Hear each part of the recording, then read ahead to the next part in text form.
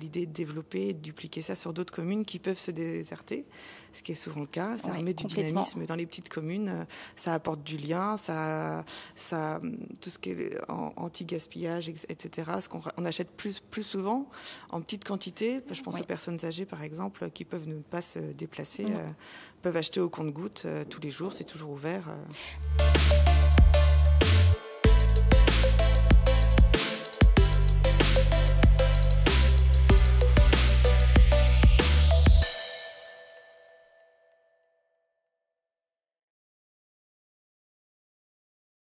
Bonjour Anne. Bonjour. Les serres au comptoir, c'est ton activité? Oui.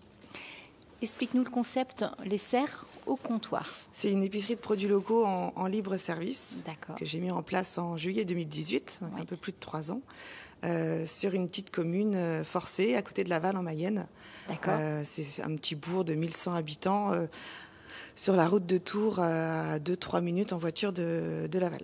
Alors libre service, c'est une particularité, c'est que c'est pas dans une supérette ou dans un bureau ou un point de vente. C'est ça, c'est un petit chalet en bois que j'ai fait construire et à l'intérieur il y a des casiers, un distributeur automatique. Le mot n'est pas très joli, ça a l'allure de casier de vestiaire. C'est vitré en inox, donc on voit tout en transparence les produits à l'intérieur. Voilà. Donc c'est vraiment un distributeur qui est 7 jours sur 7, 24 heures sur 24 ? Oui, ce qui permet aux consommateurs, l'idée est de mettre en lien les producteurs locaux et les consommateurs en leur permettant d'être acteurs sur le territoire tout le temps, 24 heures sur 24. Tu proposes quel type de produits? Ça va des légumes jusqu'aux produits de la viande? C'est ça, exactement. Donc ça a des légumes aussi bien bio que raisonnés, des fruits de saison, des œufs, alors des produits de première nécessité, il y a un petit peu plus, tout ce qui est yaourt, les produits laitiers, du lait, du fromage, yaourt, beurre, et un petit peu plus que première nécessité, on va y trouver du miel, on va y trouver un peu de pâte, de la farine, oui.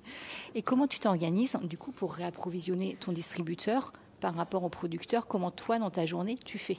J'y vais au moins 2 à 3 fois par jour. Ah oui, quand même. Je reçois, en fait, il y a une gestion des stocks à distance où je reçois par texto qu'est-ce qui part. Donc je sais quand il faut y aller et avec quel produit. Après, le lien avec les producteurs, on optimise le circuit.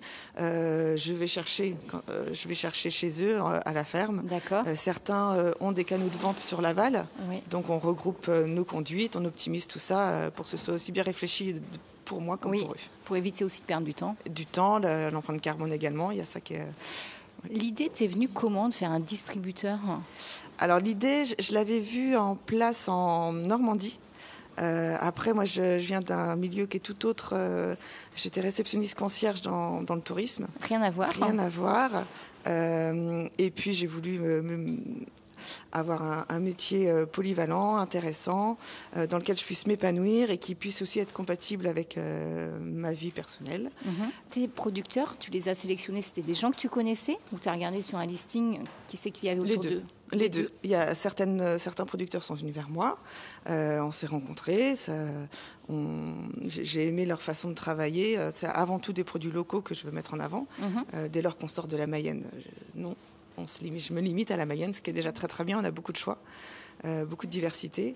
Et tu travailles avec combien de producteurs J'en ai une bonne quarantaine. C'est vrai que ça fait un petit... J'ai pas calculé précisément, mais il y a eu entre 40 et 50. Ok.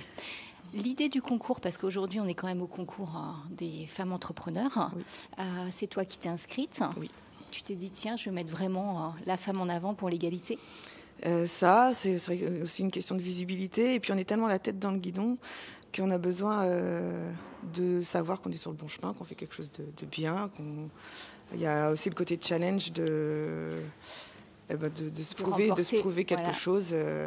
Ça se passe comment? Parce que nous, on n'était pas dans le jury. Comment vous présentez un petit peu votre métier et votre entreprise? Au niveau départemental, donc il y a quelques mois, on a présenté... alors moi, j'ai fait ça sous forme avec ordinateur, sous un PowerPoint. D'accord. Pour présenter et imager mon travail.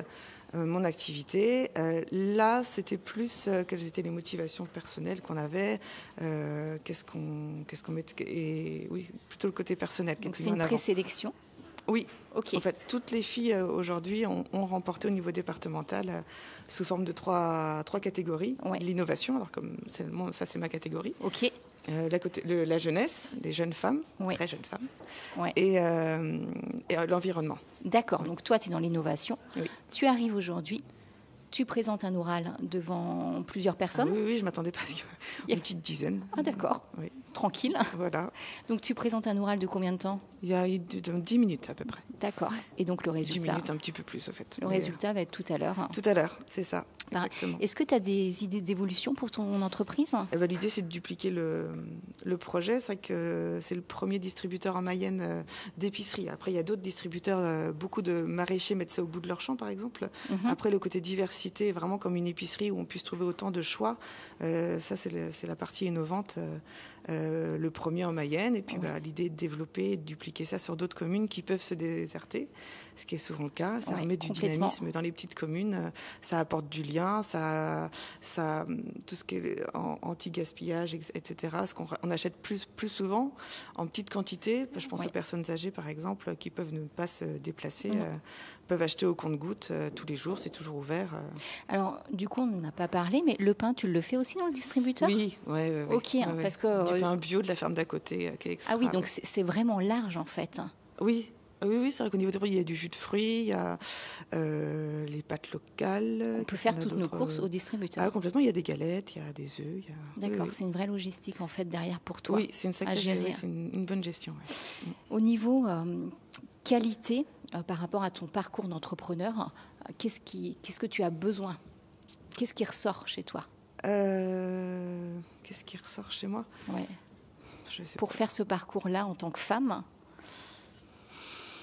une bonne logistique, j'imagine. La logistique, le lien, le relationnel, d'être disponible. D'accord. D'être disponible, oui. Écoute Anne, je vais te souhaiter une bonne suite, parce que d'ailleurs il y a une petite surprise qui vient bientôt pointer le bout de son nez. C'est ça. Donc je te souhaite beaucoup de bonheur. Merci, à bientôt.